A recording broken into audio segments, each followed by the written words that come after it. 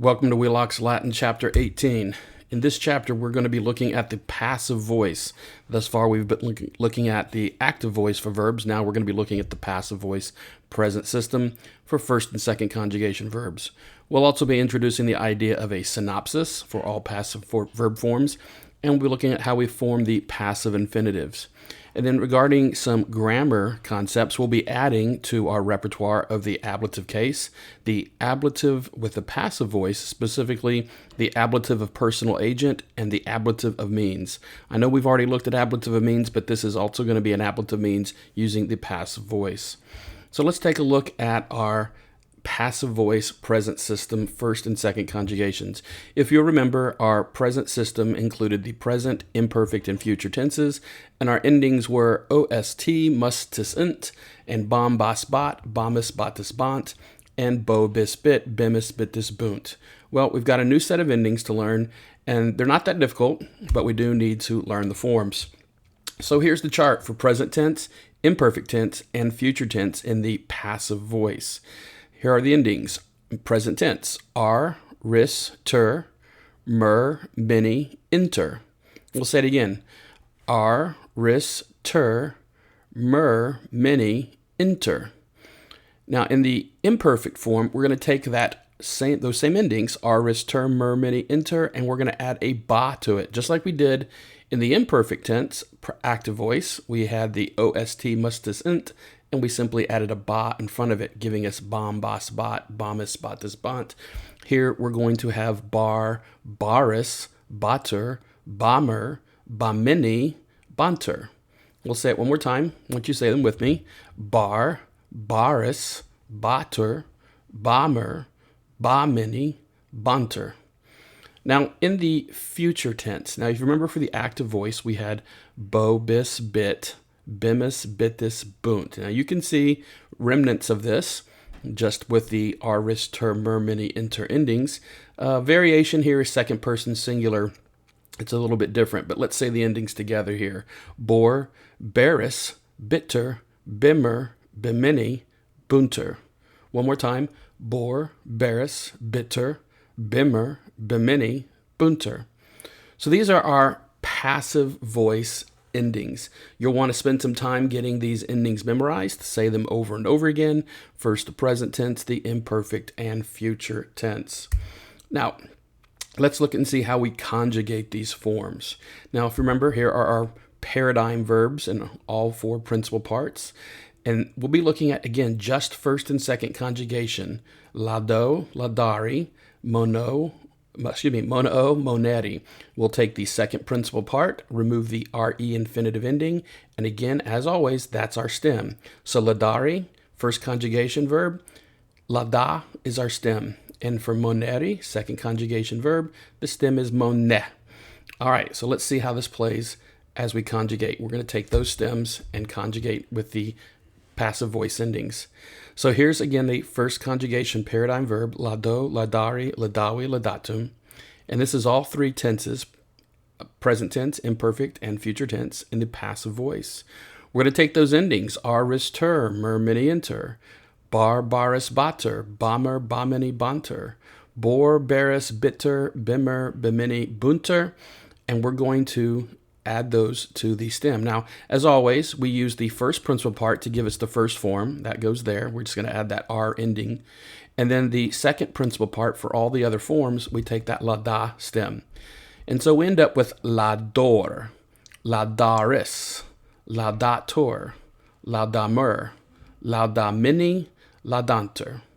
And this would translate to, I am being praised. You are being praised. He is being praised, we are being praised, you all are being praised, and they are being praised. So keep in mind the point or the function of a passive verb is that it's not the subject who's doing the action. That's for an active verb. An active verb has the subject doing the verb, doing the action of the verb. So I eat cake. Who is doing the eating? I. I is the subject. So I am the one doing the eating. If we're using a passive verb, it is not the subject that is doing the action. It is the subject that is being acted upon. So I am being seen. So I am the subject, but I'm not the one doing the seeing. I'm the one being seen.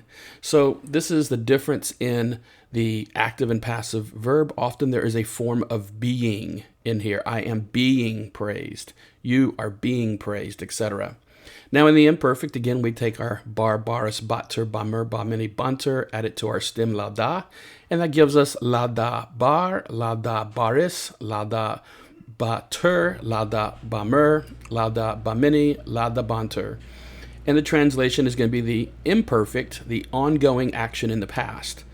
I was being praised. This is different than present tense where I am being praised. This is I was being praised. You were being praised, etc.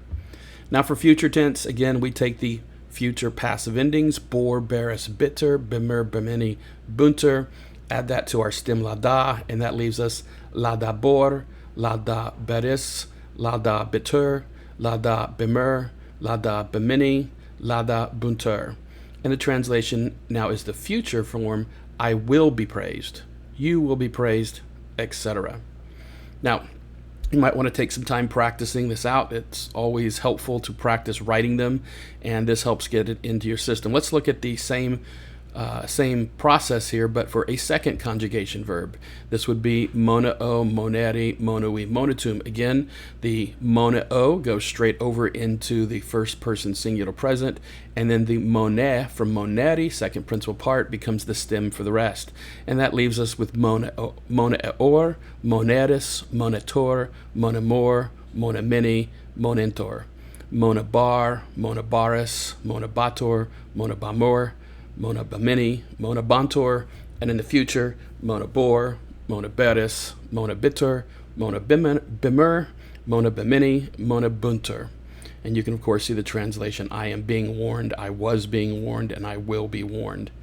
So this is how we conjugate first and second conjugation verbs in the passive voice. I would practice several of these verb forms until we get them down. Now, let's look at the idea of synopsis. Now, at this point, we have learned about 54 different forms of the verb. And if I were to ask you to conjugate a verb in all the forms, it would take you a few minutes to do it. A synopsis is an abbreviated form where only the forms for very specific persons, say first, second, or third, and then either singular or plural are given. Here's a couple of examples. So here when we look at this chart, you can see all of the verb forms at this point. This is all the active verb forms in the present system and the perfect system, and then all of the passive verbs in the present system. The perfect system for the passive voice will be coming soon. But right now you have 54 different forms. It'd take you a few minutes to write all these out. This is what a synopsis looks like. Here we have first person plural. If I were to ask you to give me first person plural, you give me all first person plural forms across active and passive voice in present and perfect systems. So here you would have la damus, la dabamus, la dabimus, la dawimus, la dawaramus, la dawarimus. And then for the passive form, it would be la damer, la dabamer, la dabimer. Excuse me. Now, if I were to ask you to give me third person singular, for instance, and here we have laudat, laudabat, laudabit, laudawit, laudawarat, laudawarit, laudatur, laudabatur, laudabitur for the passive. And so this is a form of conjugating, but in a abbreviated form. If you know the form that's asked for, the assumption is then you know the other 5 persons and numbers in that specific tense. All right, so we'll practice some of that in class this week. All right, now the last thing here is for the verb forms is passive infinitives. Passive infinitives. If you'll remember, the second principal part is the infinitive for all verbs. So for laudo, it's laudari, that means to praise. And then for second conjugation, again, second principal part, moneri, and it's to warn. For the passive, all we do is switch an I out for that final E. That gives you laudari and moneri. And the translation, instead of to praise, it's to be praised. And instead of to warn, it's to be warned. And that's the translation for passive infinitives. All right, Lastly, let's look at some grammar concepts for ablative case. Now, we have already looked at several, over the last couple of chapters, several different uses of the ablative case. We've talked about the ablative of means, the ablative of accompaniment, the ablative of manner. Most recently, we looked at the ablative of cardinal numbers and the ablative of time when or within which. Today, we're going to be looking at the ablative of personal agent. All right. Now, we're all going to talk about the ablative of means, which, again, you can see it at the top of the list. We've already talked about it. But this ablative of means and ablative of personal agent will both be used quite often with passive verbs. So let's look at a definition here of what ablative of personal agent means. The ablative of agent is a noun in the ablative case, which is the agent by which the action of a passive verb is performed.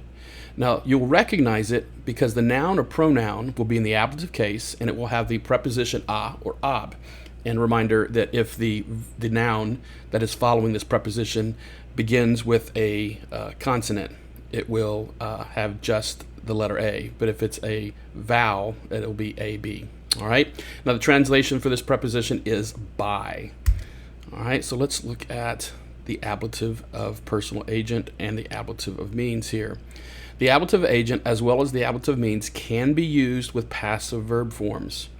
Whereas, and here's the difference between the two, whereas the ablative agent indicates the agent which is performing the action and will have the preposition a or ab, the ablative of means indicates the means by which the action is done, and it will have no preposition. This is what we've seen before.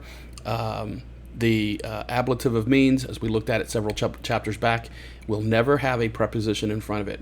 So if you're trying to translate this ablative of agent or ablative of means, and you're not quite sure which form it is, look to see if it has the preposition. If it does have it, it's an ablative of agent. If it does not, it's an ablative of means.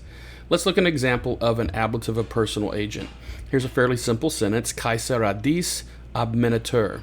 Now, the ablative of personal agent here is adis. The translation is Caesar, Kaiser, admenitur, here's our passive verb, was being warned, adis, by the gods.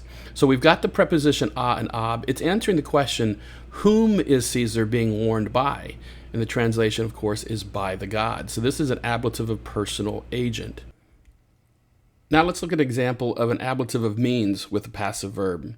Here's a very similar sentence to the previous one. Kaiser his prodigiis admenitur.